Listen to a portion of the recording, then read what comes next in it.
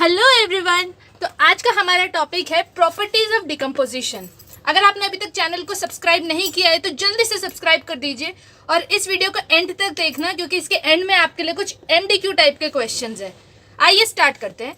So properties of decomposition comes into picture जब हमारा normalisation की हमने बात करी थी कि हमें रिडंडेंट डेटा को रिमूव करने के लिए we have to split the tables, ताकि हमारा कोई भी रिडंडेंट डेटा एग्जिस्ट ना करे।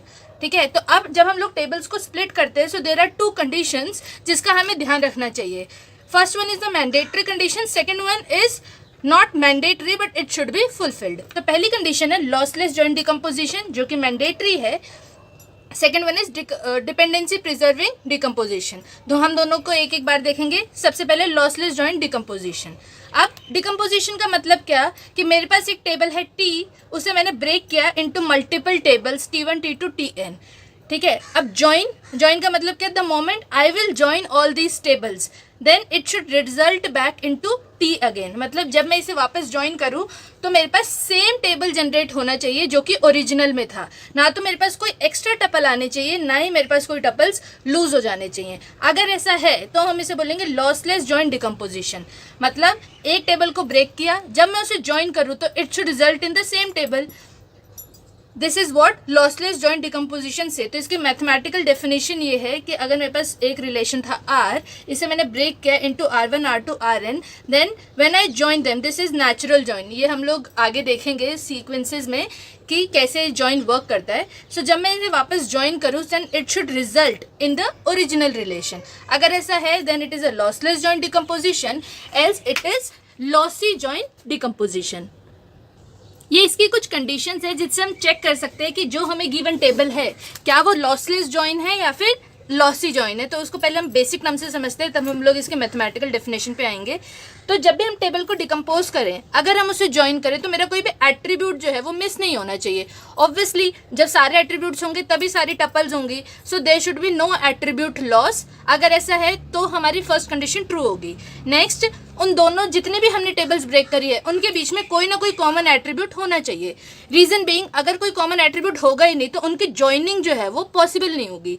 That is why there should exist some common attribute in both the tables. या जितने भी टेबल्स हम कंबाइन करें उनमें कोई ना कोई कॉमन एट्रीब्यूट जरूर होना चाहिए टू फॉर्म द लिंकिंग। अब वो common attribute should be the key in one of the table. अब हम लोग की क्यों बोल रहे हैं, क्योंकि की का एक प्रॉपर्टी होता है that all the values will be distinct.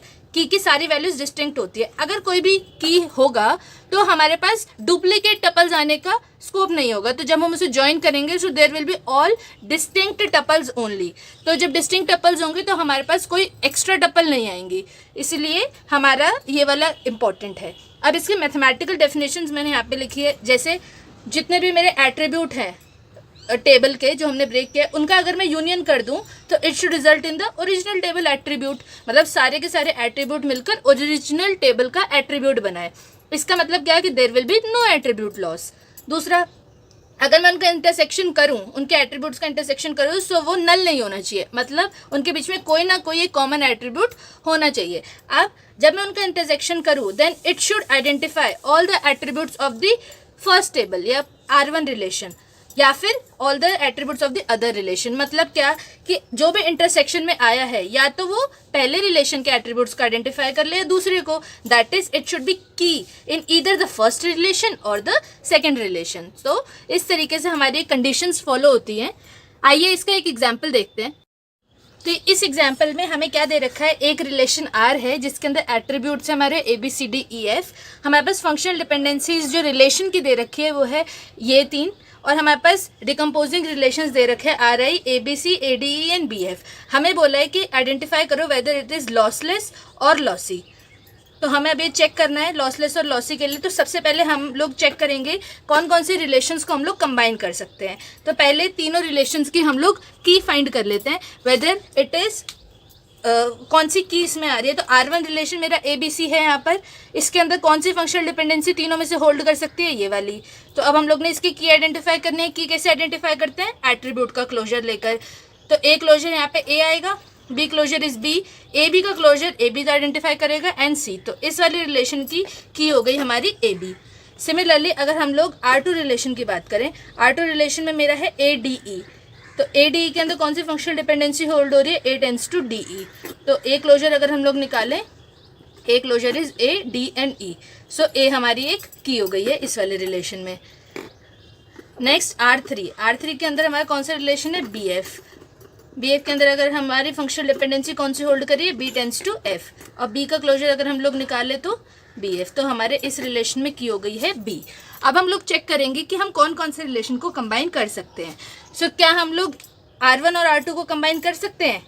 तो इसके कंबाइनेशन के लिए हमारे पास क्या होना चाहिए, there should be some common attribute. क्या यहाँ पे कोई कॉमन एट्रीब्यूट है R1 और R2 में? Yes, A is the common attribute and that common attribute has to be key in one of the table. तो क्या A किसी टेबल में की है? हाँ, R2 में A की है। तो क्या हम लोग R1 R2 को कंबाइन कर सकते हैं? यस।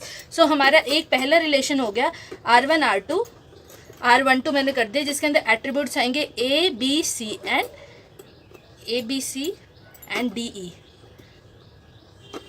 ये हमारे पांचों एट्रीब्यूट्स आ गए। अब हम लोग इसके अंदर देखते हैं कि हमारे नेक्स्ट की क्या है इसके अंदर। सो हमारी फंक्शनल डिपेंडेंसी इसमें कौन कौन सी होल्ड कर रही है, A tends to D E and A B tends to C. तो ये हमारा एक रिलेशन हो गया और हमारे पास एक और रिलेशन है R3। फर्स्ट हम लोग ने ज्वाइन कर दिया है। Is it lossless join R1 और R2 का? यस, क्योंकि हम लोग ने तीनों कंडीशन फॉलो कर ली कि अभी तक इन दोनों टेबल में हमारा कोई एट्रीब्यूट लॉस नहीं है, पहला, और दूसरा इनके अंदर एक कॉमन एट्रीब्यूट है that is A and it is the key in one of the relation that is R2। अब हम लोग दूसरा चेक करते हैं, क्या हम लोग R1, 2 और 3 को कंबाइन कर सकते हैं? Let us check. इसे कंबाइन करने के बाद हमारे पास कोई कॉमन एट्रीब्यूट होना चाहिए। क्या इन दोनों के बीच में कॉमन है? Yes, B is the common attribute. Is B की in any of the table? Yes, B is की इन R3। तो क्या अब हम इन दोनों टेबल्स को कंबाइन कर सकते हैं? Yes, we can combine both the tables and it will be R1, 2, 3।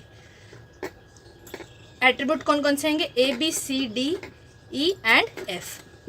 ये सारे एट्रीब्यूट आ गए। फंक्शनल डिपेंडेंसीज कौन सी होल्ड करेंगी, A tends to D E, A B tends to C and B tends to F। तो अगर हम लोग देखें तो क्या ये हमारा ओरिजिनल रिलेशन बन रहा है? क्या यहाँ पे कोई एट्रीब्यूट लॉस है? यहाँ भी 6 एट्रीब्यूट है, यहाँ भी 6 attribute. Is there an attribute loss? No. हमारी सारी फंक्शनल डिपेंडेंसी भी होल्ड कर रही है और जब भी हम लोग कंबाइन करते आ रहे थे हम लोग ने चेक किया था कि कॉमन एट्रीब्यूट हो और वो की हो। हमारी तीनों कंडीशन फुलफिल हो रही हैं and we got the same original table, then this is a lossless join decomposition.